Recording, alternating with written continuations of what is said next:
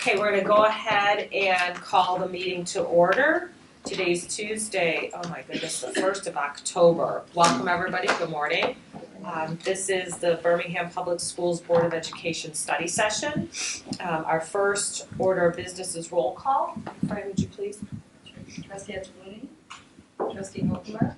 Here. Trustee Jennings? Here. Trustee McKinney? Here. Trustee Brass? Here. Trustee Whitman? Here. Trustee Young? Thank you, Fran. So all of you know after Amy's part of the presentation of IA, we are then moving into closed session. So we will end the meeting here and then move down to White Pine. The next order of business, public comments. Bob? Thanks. Didn't expect this to be taped. I'll just say that ahead of time.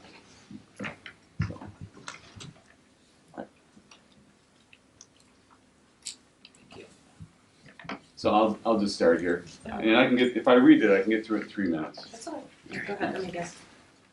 First thing, I'd like to thank the board for its kind thoughts and condolence card that I received regarding the passing of my sister this past week. As always, I'm thankful for the supportive community that we have, and especially those in the room. Appreciate it very much. Number 2, I'd like a response from the board regarding my request for math raw data. The administration seems to be ignoring my request, so I'm asking the board to do the right thing and step in and provide the requested raw data, especially now that we've already had the administration's report. The board and the community sat through lengthy presentations regarding integrated math, just for the administration to come to the conclusion that the results are not statistically significant.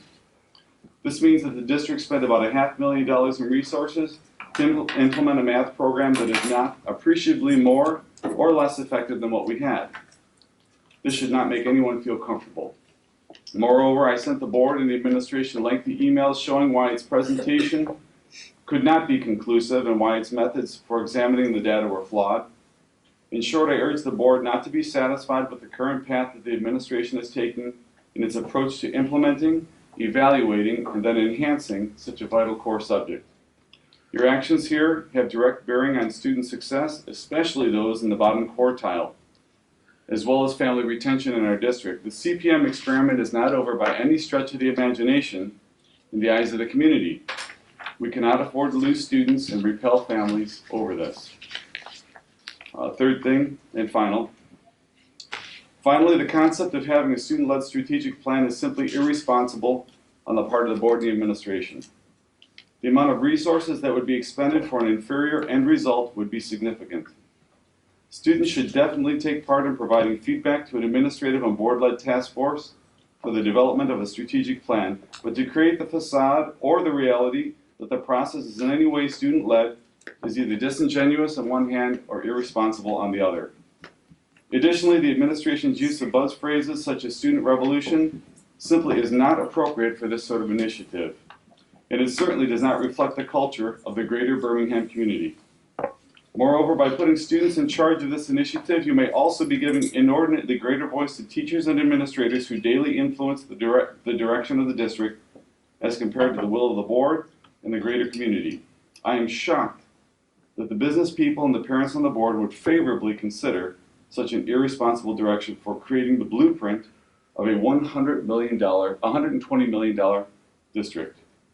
Regardless of my firm support for the superintendent, and I reiterate that, regardless of my firm support for our superintendent, for all the lip service that the district has given to creating a simpler and easier strategic plan, implementing a novel, untested, complicated, student-led initiative would seem like just the opposite for what the superintendent was hired.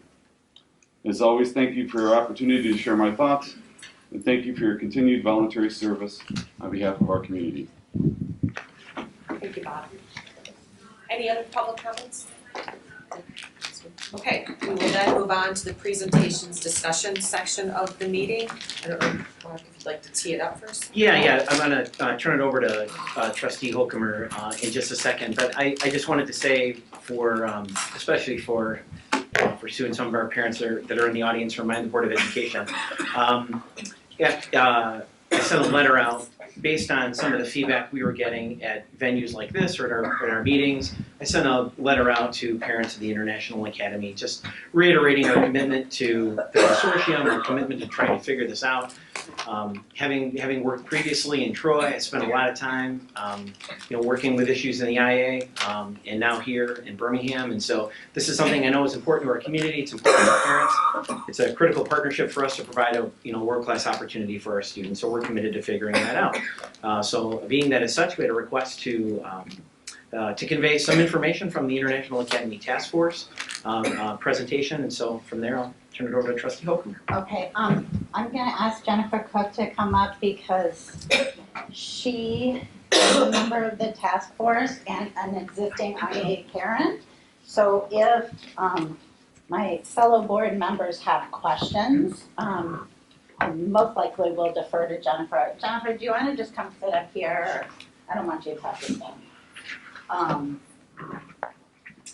Okay, so I'm gonna talk fast.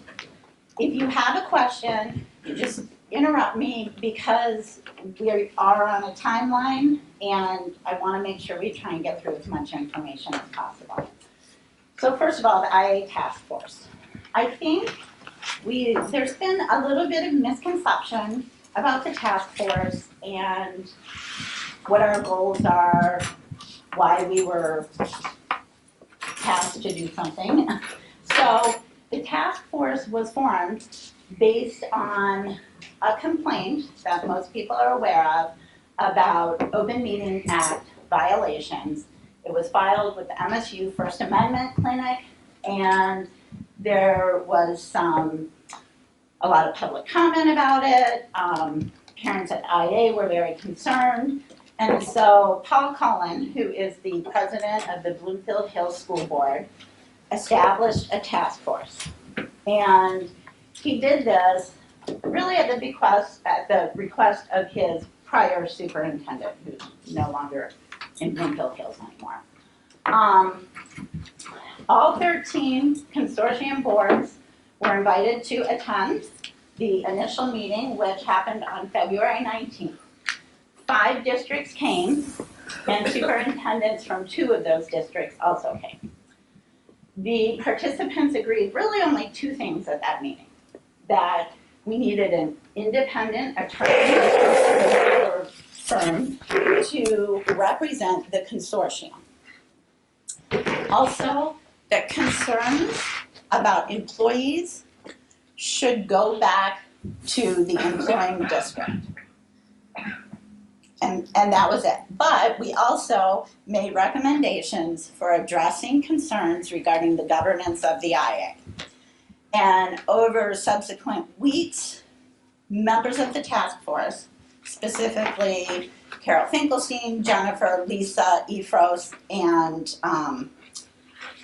Howard at that point, Howard Barron, were involved in taking a look at the consortium agreement which governs the IA to start making recommendations for changes. Now the task force general thought was they would look at the consortium agreement, but then we would solicit input from all of the districts as to what direction we wanted the consortium agreement to go. Hence, back in August, I believe it was Carol, initially came to our meeting, provided us with a very large packet of information, and there were 3 resolutions in that packet. So that was basically the task force at that point felt like they had done their job and they were now communicating to the consortium districts. This picture, just to give everybody a very brief overview. The IA was started in the 1990s, 94, 96, Jennifer? 96, I think, is when 96. they opened the door. And when it was started, it was just the Oakmont campus, which used to be referred to as Central. It was run by a joint steering committee, which had been given governance powers by the consortium boards of education. The principal, Lynn Gibson, sat on the joint steering committee as a non-voting chairperson. Every other district had 1 vote. Didn't matter how many seats they had, one vote at the table. Over the years, the structure of the school changed greatly. And you guys have already heard about this. That's where we get into some confusion about the consortium agreement, because it was initially drafted with one campus and one fiscal agent. We now have 3 campuses and 3 fiscal agents. And the only thing I really want people to understand here is that for us, Okema is the campus that we send our students to because we are part of the consortium districts. And Okema only takes consortium students, whereas the East Campus takes out-of-county school of choice students as well as students from Troy. And Mark, how many freshman seats do you get? There are approximately 150 to 160 freshmen, so it's a little more than 500 students. Okay. And then the West Campus is in Huron Valley, and that campus allows school of choice students from Oakland County, as well as Huron Valley and South Lyon. Although, can South Lyon also go to Central if they want to? I believe. don't think so. Okay. Yeah.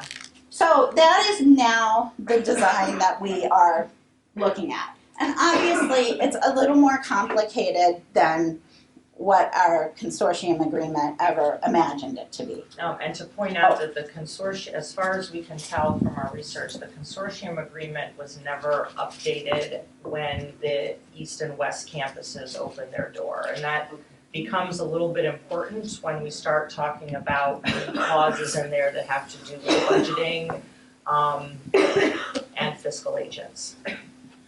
Okay, so I'm not going to spend a ton of time on this because I think everybody in this room would agree that the IA is a phenomenal school. It provides Oakland County and all of our districts with a public magnet school that attracts top students. They have, for years, they were the #1 magnet school in Michigan and in the top 10 in the United States. They have, still amazing rankings and wonderful test scores, which, as board members, you should just all be aware, the test scores come back to us. So we report their test scores as part of our students, regardless of the fact that they attend the IA. So I'm not going to belabor this point. Okay, how is the school governed? Well, right now, as you know, we have local school boards for all of the consortium districts, made up just like ours, 7 board members and superintendents who are responsible for the day-to-day. We also have the intermediate school district, which is governed by a board of education with 5 members that are elected by other local school board members. And again, the superintendent is responsible for day-to-day operation. The International Academy, the governance is delegated to the Joint Steering Committee, as we already saw. The consortium agreement is approved by the boards of education. The 13 representatives from the participating districts are, for the most part, the superintendents, although within the consortium agreement it is stated that they can appoint a designee to attend in their place. The IA principal, I already said this, serves as non-voting chairperson, and the principal, meaning the principal of the overall IA, Lynn Gibson, is responsible for the day-to-day operation of all 3 campuses, but really there are associate principals who I would say more serve as the real principals of the campuses, right?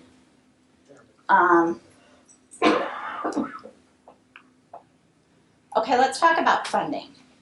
How is the IA funded? So we have the 13 sending districts. Well, we have the consortium. We as Birmingham, and I'm just going to use this example, we send our basic foundation allowance to the IA along with the kids. So on count day, we go through and we say we have 147 kids at the IA currently. We then send their foundation allowance to the IA.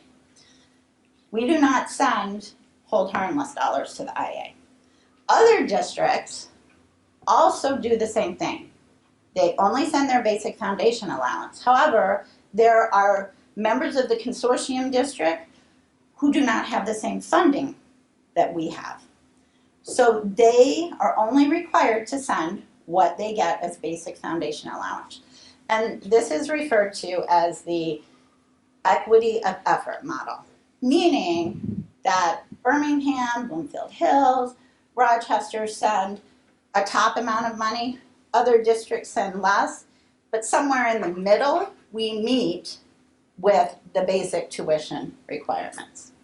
And Jennifer might be able to speak of that a little more. As far as I know, that there is obviously a tuition rate, but it is not actually sent out as a bill. The equity of effort says that in good faith, send your foundation allowance instead, and that the districts here and here, that it'll all sort of wash out. The problem is, over these years, it has not. It has brought, the funding of the school is below the ideated average of the tuition.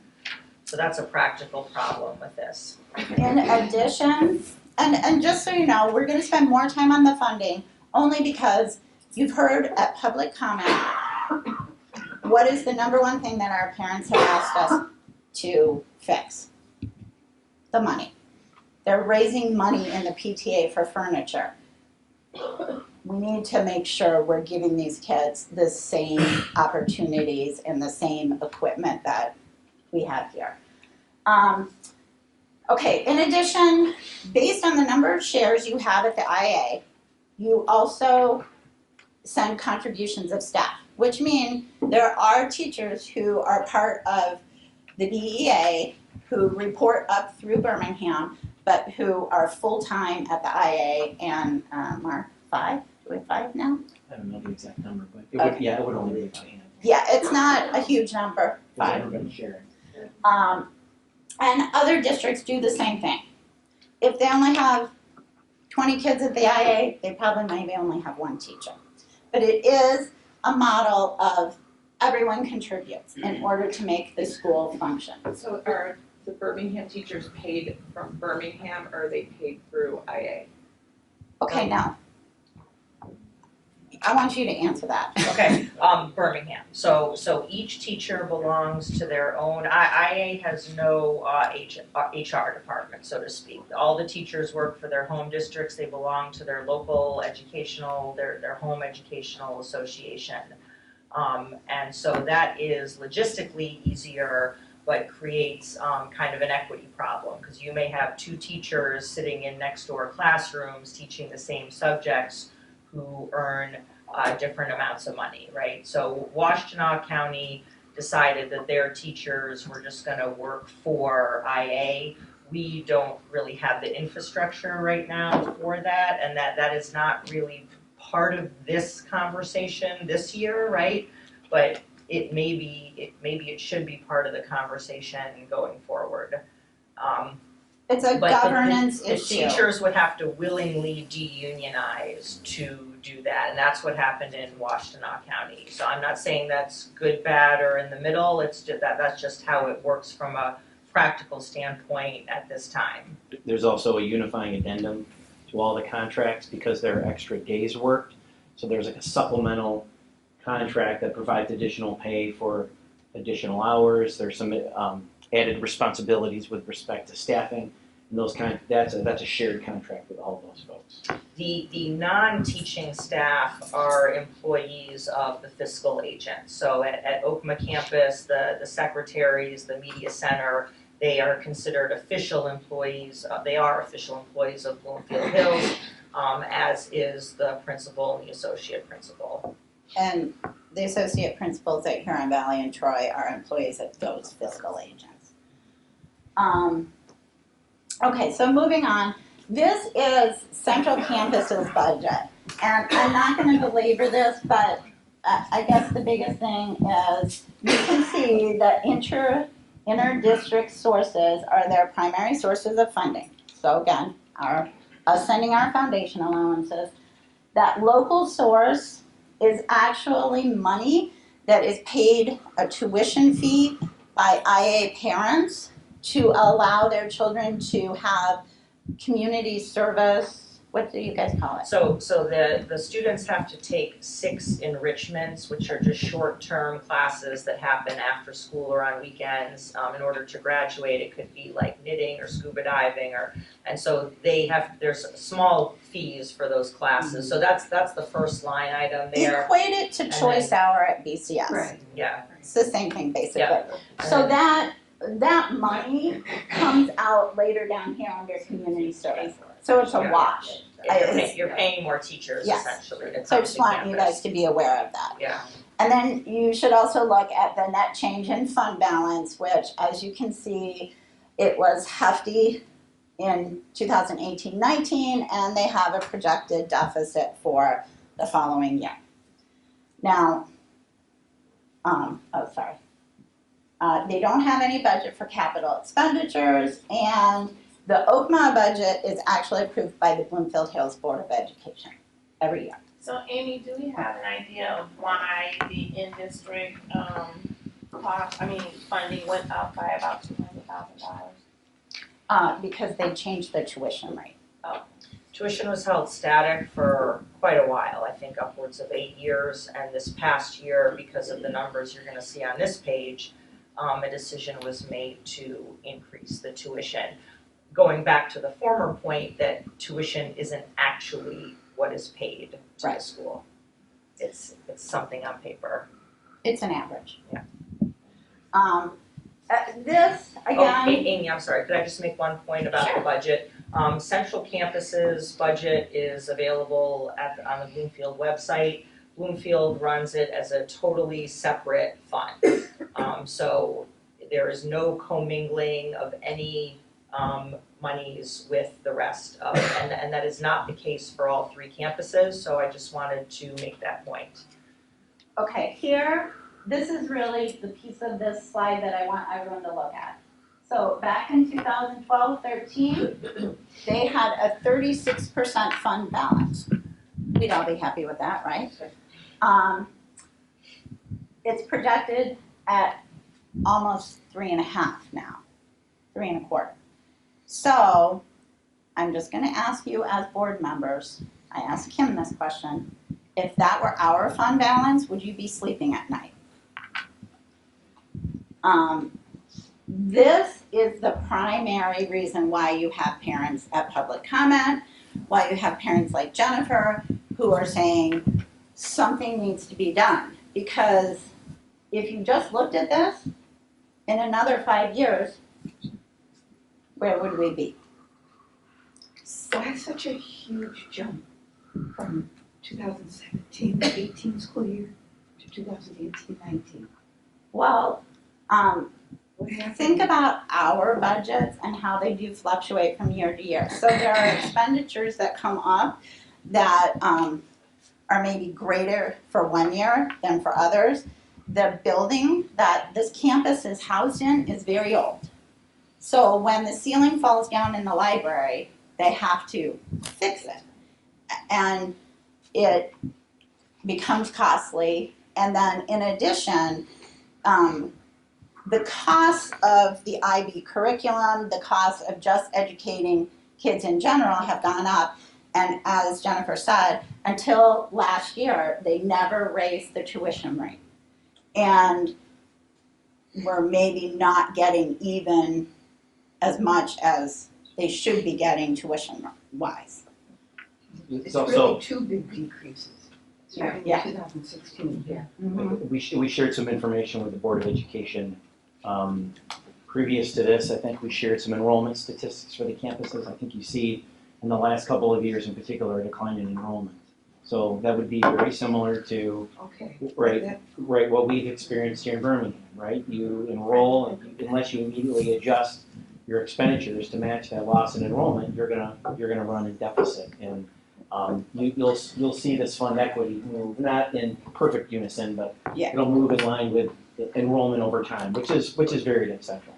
And in addition, the IA has a situation that we don't necessarily have, which is due to the requirements of the IB diploma, if a child who is currently at the IA moves out of state, decides they no longer want to be at the IA, and they leave their seat at the end of their sophomore year, in the middle of their junior year, it is near impossible to backfill that, because you would have to backfill it with a child who has already begun their IB curriculum.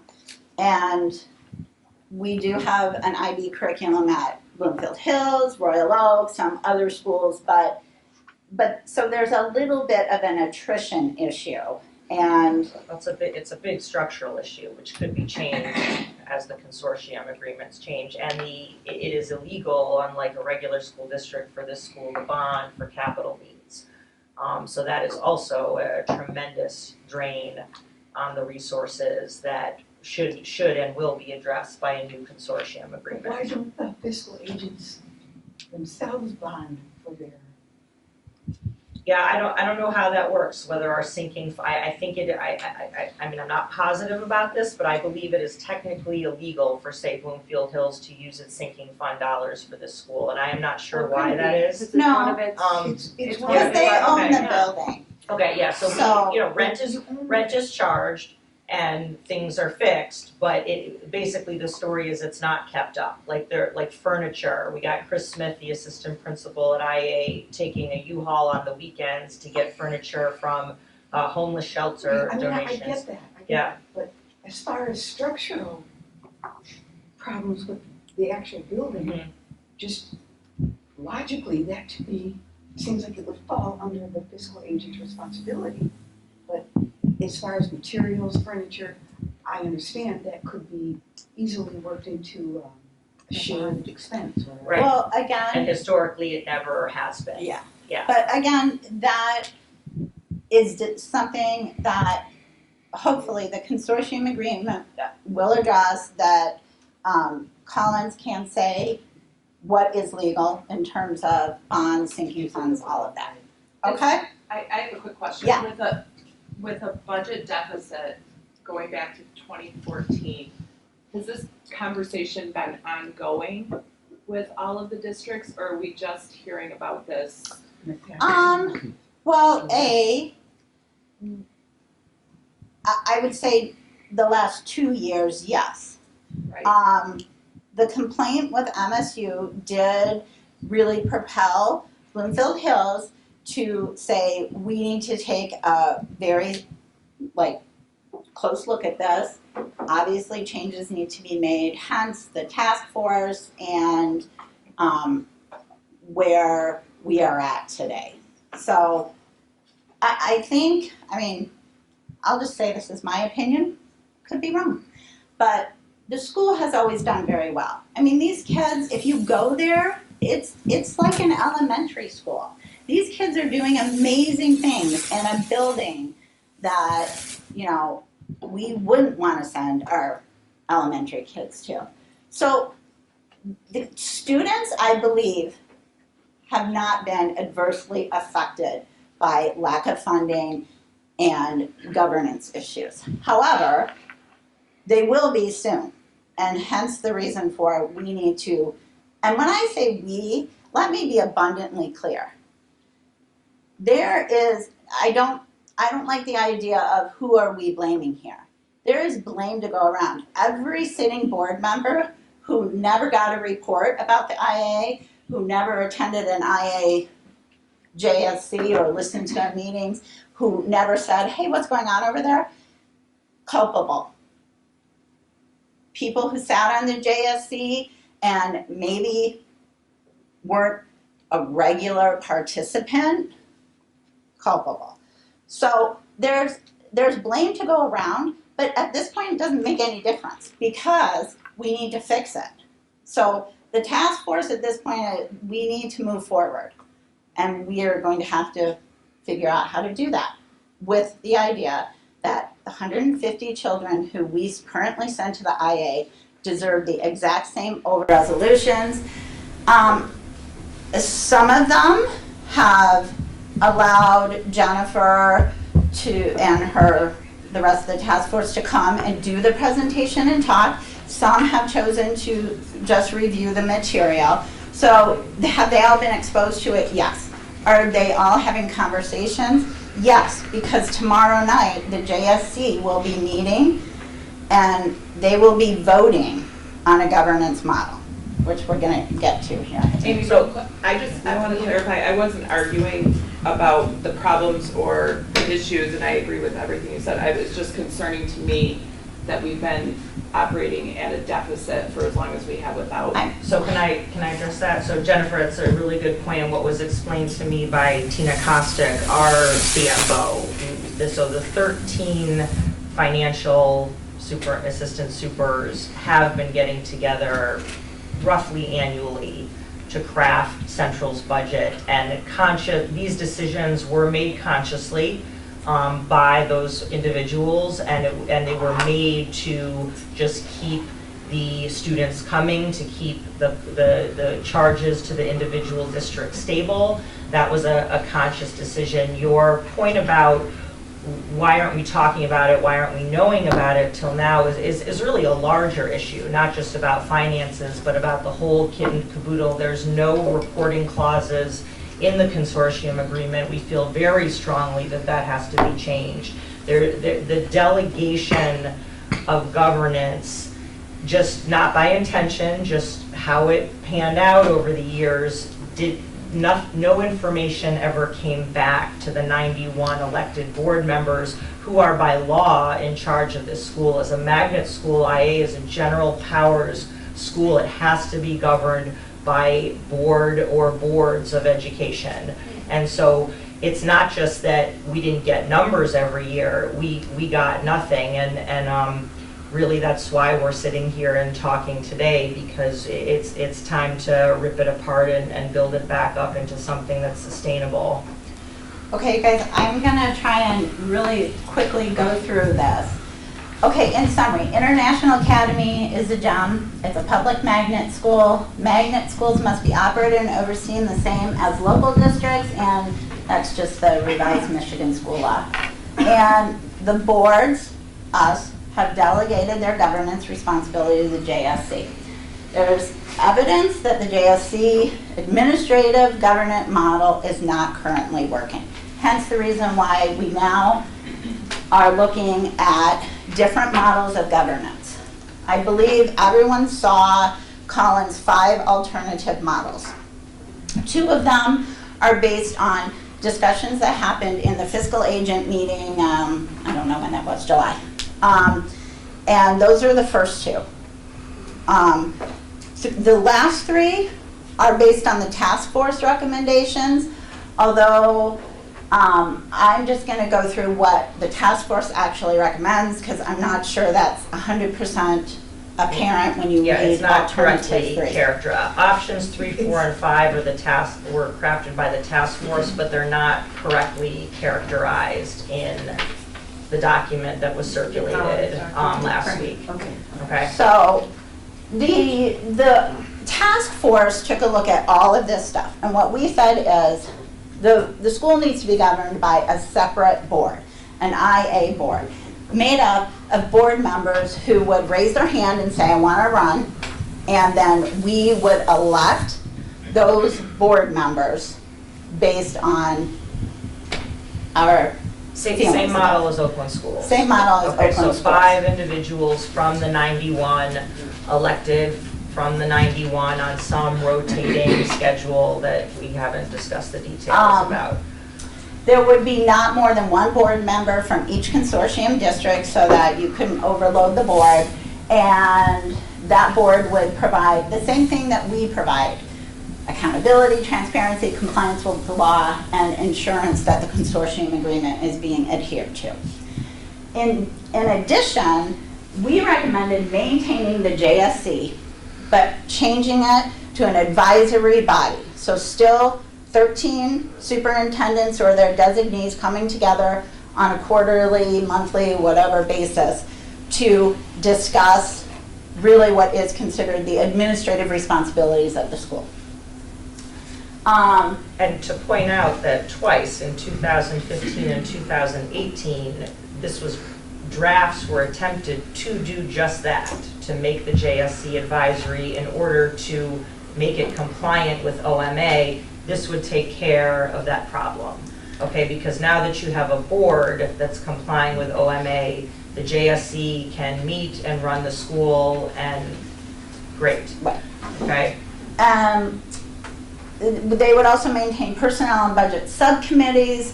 So again, functioning as, doing the same administrative responsibilities that Jim does for us and Dean, and then all of that would report up through the JSC and to the board. And so if you look at what was circulated last week, which this is called alternative number 3, it does not mention that this model retains the JSC. Okay, so I just wanted to clarify that this model retains the JSC.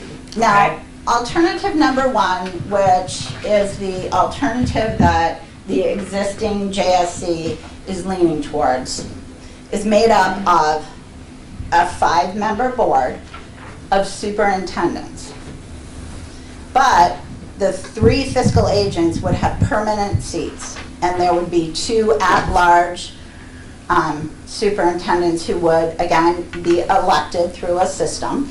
And he's very detailed about how that voting system would go on. Amy, it doesn't say superintendents. What It does it says say? duly appointed representatives. Sorry, duly appointed representatives.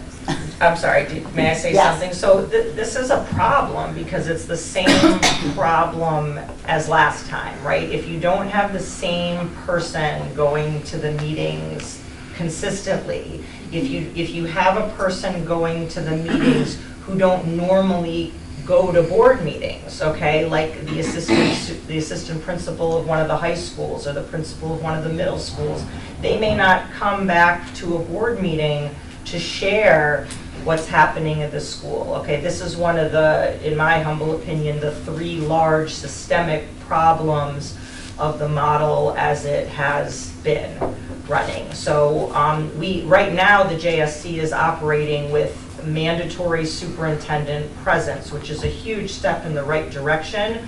This resolution does not say that. This model number 1 does not say that. So the biggest thing about that is we are delegating our responsibility as board trustees, but then that can be turned around and delegated again. And that may not be legal either, okay? So the Michigan Revised School Code is pretty clear on what a board is or is not allowed to delegate. And it is, yeah. But I'm not a again, lawyer, so I won't I say it. think the Yeah. main point about, well, why does every board member need to care? I've already said it, because we still have governance responsibility, no matter who has a seat at the table. We are ultimately responsible. So, in conclusion, I would simply say, whatever happens and whichever governance model is chosen, the most important thing is that we need to make sure as trustees that the consortium agreement addresses how we as board members will have oversight and input to the process. As well as, I would think, feedback, right? Yeah. We want that Yes. to be. The reporting Right. piece that Jennifer spoke The of. consortium, in a nutshell, the consortium agreement has actually not really been followed. You know, for example, there's supposed to be a budget. There's no a budget. There's been 3 budgets, and we don't even have the details of 2 of those budgets. So we not only need a better agreement, we, just like what you said, Kim, we need an agreement that's actually going to be followed and that is going to be cared for and looked after by all 91 boards who have to approve and who have to sign the agreement. So you asked, I'm sorry, I can't see your name, Sheila. No. No, hi, Nicole. You know, what is Birmingham's role? The task force has really been going to each district and asking / begging all 13 boards to, you know, be at the table while this thing is being written. Okay, because having 3 fiscal agents in permanent seats, and that's a quorum, 3 out of 5, where does that leave Birmingham? Having a not shared budget with Central Campus and its vast capital needs, where does that leave the 10 districts in the middle? So I think it's really important that each district have a seat at the table and be a part of this process so that we can work out something that is equitable and legal, basically, for everybody. Okay. Sorry, thank you. so much. Very good. Thank you, that was very helpful. Thanks, Jen. Okay, trustees, any other comments or questions for Amy? No? Okay, with that, we will adjourn the meeting.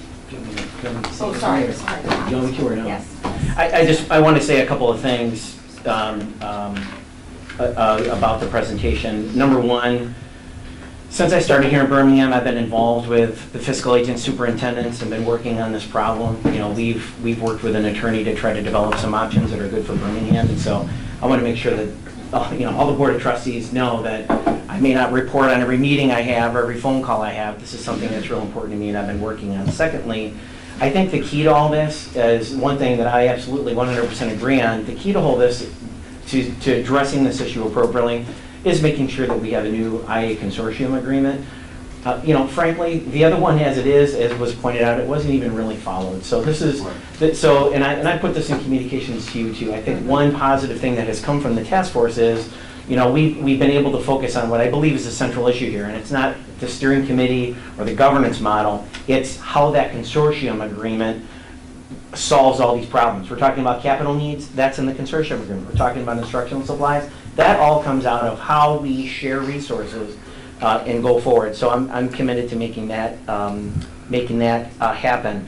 I think this is a far more complex issue than I think a lot of people give it credit. That's why we're working with attorneys to make sure there are nuances in the law with schools of choice and funding and all that. So we need to make sure that we're doing things appropriately. And I just want to make sure that this board understands that if we're talking about additional resources coming into the International Academy, we're going to need to be prepared to take a look at a new consortium agreement that potentially does that. I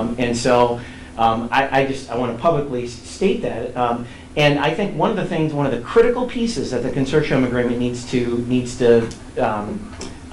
be able to address is the difference between capital improvements and capital instructional related improvements. So there's like infrastructure kind of things, there are educational kind of things, and then there are just resources that go into what we need to support our classrooms, so salaries, instructional supplies, and that type of thing.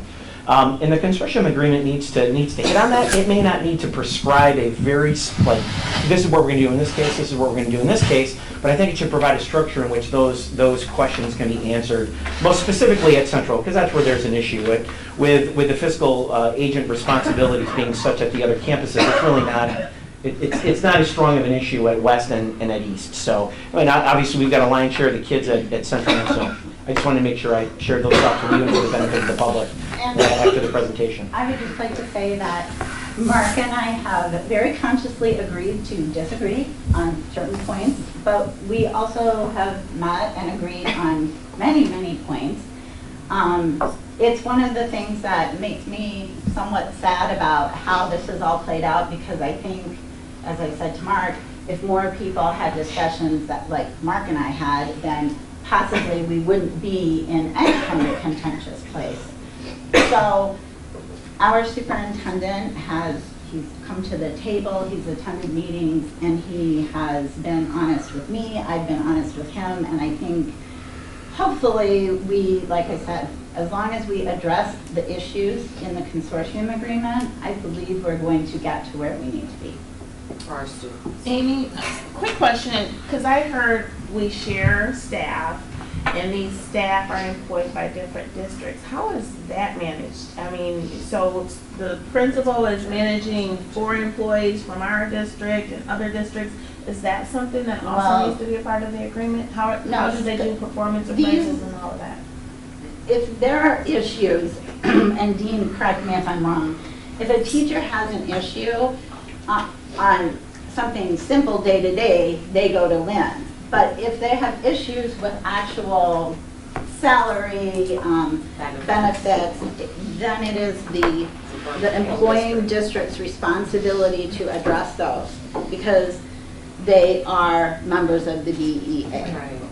And, you know, as was stated earlier, you know, that is an incredibly complex problem to unravel, right?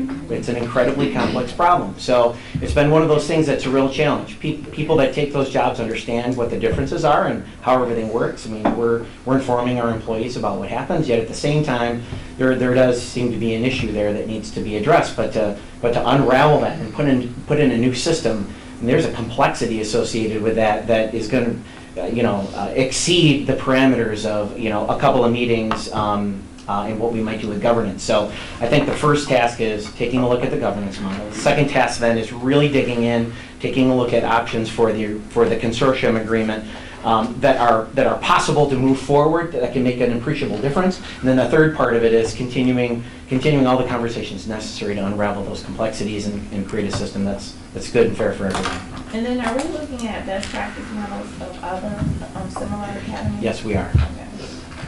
Thank you. We already did. Everyone has the roll call. We did. So you can't reopen? No, we got to go on. We were going into closed We're session. going into and we got- closed session. Okay, any other questions or comments? No? Okay, so with that, we're adjourned. Trustees, we will reconvene in the white pine.